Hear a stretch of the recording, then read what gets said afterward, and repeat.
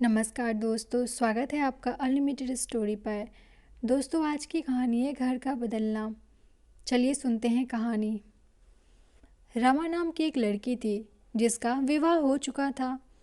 एक बार उसके घर मेहमान आए और बातों ही बातों में उन्होंने रमा से पूछा, तुम एक घर छोड़कर दूसरे घर में जाती हो, घर ही तो बदला है, भला और क्या बदलता है।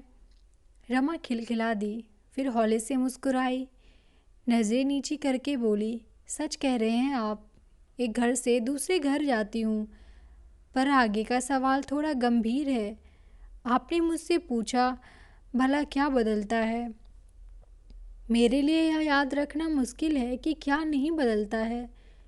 मेरा सामान, मेरा कमरा, मेरी पसंद, मेरा गुस्सा, मेरी झुंझलाहट, मेरा डर, मेरे आंसू, मेरे जज्बात, मेरी पहचान, मेरी आवाज़, मेरी बातें, मेरे दिन, मेरी रातें, मेरी मुस्कान, मेरी पोशाक, सब कुछ, हाँ सब कुछ तो बदल जाते हैं।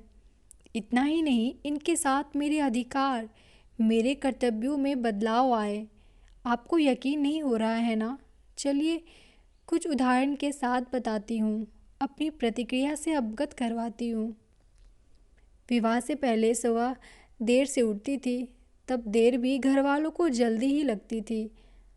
अब जल्दी उठना मेरा कर्तव्य है और वह जल्दी भी अक्सर इन घर वालों को देर सी लगती है। जैसे कि पहले पापा से महंगे उपहार न मिलने पर रो पड़ती थी, चीखती थी, चिल्लाती थी। अब पापा उपहार भेजते हैं तो उन्हें स्वीकार करने में हाथ कांपते हैं और मैं एक बात बोल पाती हूँ, पापा इसकी क्या ज़रूरत थी। पहले गम में दिल खोल कर रोती थी और खुशी में जी भर कर हंसती थी। अब आंसू सहेज कर रखने पड़ते हैं और ठहाके लगाए महीनों निकल जाते हैं। पहले सचमुच स्वार्थी थी, बस खुद के लिए सोचती थी, पर तब भी कोई कुछ नहीं बोलता था। अब सबके लिए सोचने में खुद को ही भूल जाती हूँ, फिर भी मतलबी नाम के गहने से सजा दी जाती हूँ। पहले खुद गलती करके डांट भाई बहनों को खिलवा देती थी, अब भाई बहनों की गलती पर खुद प्रायः मोहरा बन जाती हूँ। पहले माँ का बनाए खाने में हज़ार नुक्स निकालती थी, अब उस स्वाद के लिए जीभ तरसती है। जिस जीभ को पहले पकवान की लत थी, वह अब मात्र अन्य जीभ तक स्वादिष्ट पकवान पहुँचाने का माध्यम भर है। मेरा एक घर मायका, एक घर ससुराल, पर दोनों घरों में होता जमीन आसमान का अंतर।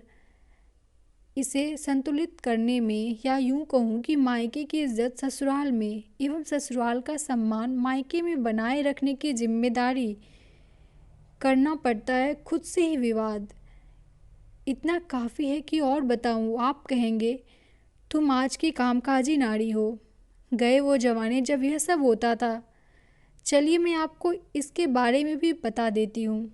मैं आज की नारी कामकाजी हूँ, घर संभालती हूँ, कमाती हूँ, मगर मेरी ही कमाई पर अधिकार कहाँ पाती हूँ।